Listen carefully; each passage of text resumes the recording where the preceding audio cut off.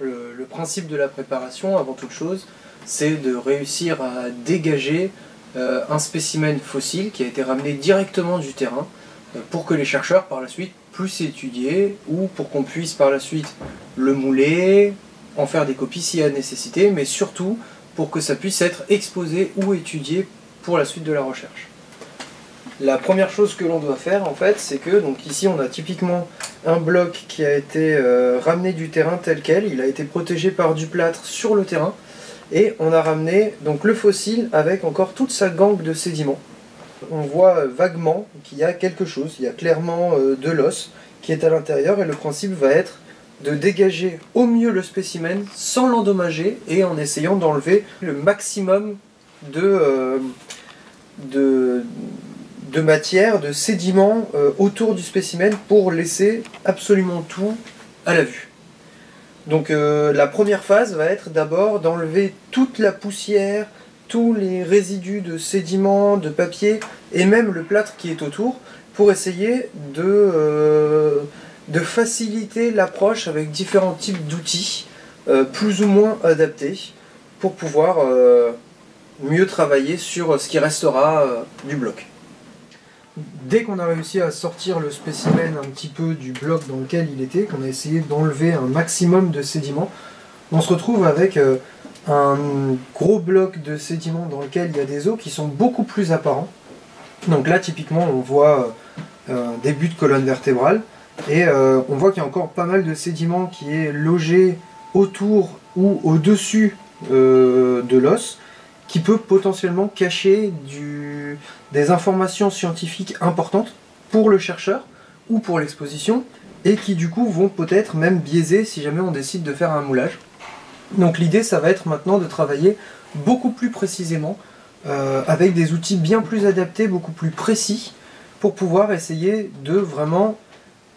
extérioriser complètement le spécimen du sédiment et même si possible dans le cas typiquement d'une colonne vertébrale de séparer les différentes vertèbres pour pouvoir étudier toutes les faces individuellement. Donc une fois qu'on a dégagé au mieux le spécimen, on va pouvoir travailler beaucoup plus précisément. Le but étant de ne pas toucher le fossile en lui-même avec les outils, puisque la moindre rayure va impacter l'efficacité de ce que le chercheur pourra étudier dessus. Donc on va utiliser des outils plus ou moins adaptés selon la précision et la dureté de la roche. Donc on peut parfois juste utiliser ne serait-ce qu'un pinceau pour pouvoir enlever la poussière, voire enlever le sable, puisqu'il de temps en temps le spécimen est juste pris dans du sable. On va ensuite utiliser des outils beaucoup plus précis, comme par exemple donc, des aiguilles en carbure de tungstène, qui permettent de gratter le sédiment et de dégager au mieux le spécimen à proximité de dégager au mieux le sédiment à proximité du spécimen. Donc on va essayer au maximum de faire sauter des petits fragments de sédiment plutôt que de toucher et de gratter vraiment le fossile, puisque même des études sur le fossile, par exemple de morsures, de griffures ou de quoi que ce soit, peuvent être faites, et si jamais par une erreur on griffe le spécimen, ça peut être mal interprété par la suite par le chercheur. De temps en temps il arrive que le sédiment soit beaucoup trop enduré, beaucoup trop dur, auquel cas une aiguille n'est pas suffisante, et on peut pour cela utiliser donc, des outils encore plus adaptés que sont par exemple les micropercuteurs, qui sont des aiguilles en carbure de tungstène de la même manière que celles qu'on utilise manuellement, mais associées à un système d'air comprimé qui permet de faire un mouvement d'avant en arrière de l'aiguille et donc de percuter le sédiment pour en faire sauter des morceaux lorsque c'est trop dur ou lorsqu'il y en a des trop grosses quantités.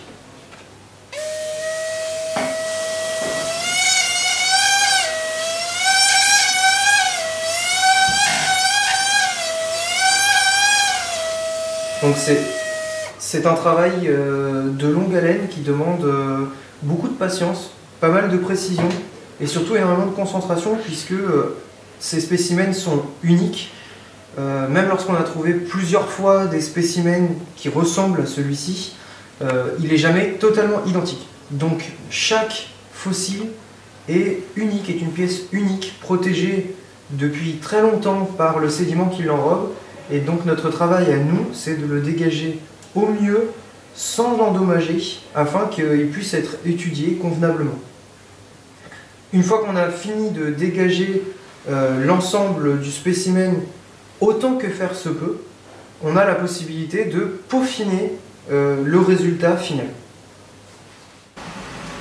Une fois que le spécimen est convenablement dégagé, ou du moins au mieux, qu'il a été recollé et consolidé avec différents types de résine et de colle chimique, on va pouvoir utiliser différentes techniques pour peaufiner le résultat. L'une d'entre elles étant le sablage, donc qui projette de petites particules plus ou moins anguleuses et plus ou moins solides, dans le but de en fait, impacter la surface du spécimen pour faire sauter la couche la plus superficielle. Donc vous voyez que si ici il y a du sédiment, en fait on va projeter donc une petite poudre qui va petit à petit dégager la surface de sédiment. Donc il ne faut pas que le sédiment soit trop enduré et il faut que le spécimen soit assez résistant. Particulièrement pour ce fossile, ça donne un résultat assez impressionnant et ça permet d'enlever un maximum de sédiment de la surface. Mais ça demande beaucoup de temps et pas mal de précision parce que si on reste trop longtemps sur la même zone, on risque d'endommager la surface de l'os en lui-même. Et on se retrouve donc avec une surface de l'os qui n'a absolument plus aucun sédiment sur sa surface pour pouvoir étudier au mieux même la plus petite imperfection qu'il pourrait y avoir sur sa surface. Une fois qu'on a essayé de dégager au mieux, voire qu'on a fini complètement de dégager les spécimens, l'un des intérêts peut être d'essayer de reconstituer le squelette, ou en tout cas ce que l'on possède du squelette ou du matériel fossile, pour pouvoir l'étudier dans son intégralité. Donc ici typiquement c'est le cas puisqu'on a un grand nombre de vertèbres qui sont censées se suivre, et donc on peut reconstituer comme cela quasiment toute la colonne vertébrale depuis le cou jusqu'à la base du dos à l'aide de différentes vertèbres qui ont été séparées. Donc typiquement le premier bloc de vertèbres, les vertèbres ont déjà été complètement séparées et dégagées entièrement. Donc pour ce qui est de ce bloc là, il y a déjà au minimum un bon mois de travail et il va encore falloir facilement un mois pour finir de peaufiner tout ce qu'il y a à faire dessus. Et pour ce qui est de ce bloc là qui était beaucoup plus dur mais qui est pourtant la suite, il y a déjà facilement 2-3 mois de travail et il va falloir encore au moins un mois pour pouvoir finir. Ce qui veut dire que l'intégralité de cette colonne vertébrale va prendre en cumulé environ 6 mois de travail pour essayer d'obtenir une colonne vertébrale complète. Et donc ce qui est intéressant, c'est que dans ce premier bloc, on a retrouvé ce petit fragment qui s'avère en fait être la continuité du deuxième bloc. C'est ça qui nous a permis de mettre en corrélation les deux blocs qui étaient pourtant rangés de façon indépendante de retour du terrain. Et grâce à ça, on va pouvoir vraiment étudier l'intégralité de la colonne vertébrale de cet individu dont on connaît déjà certains membres et une partie du crâne.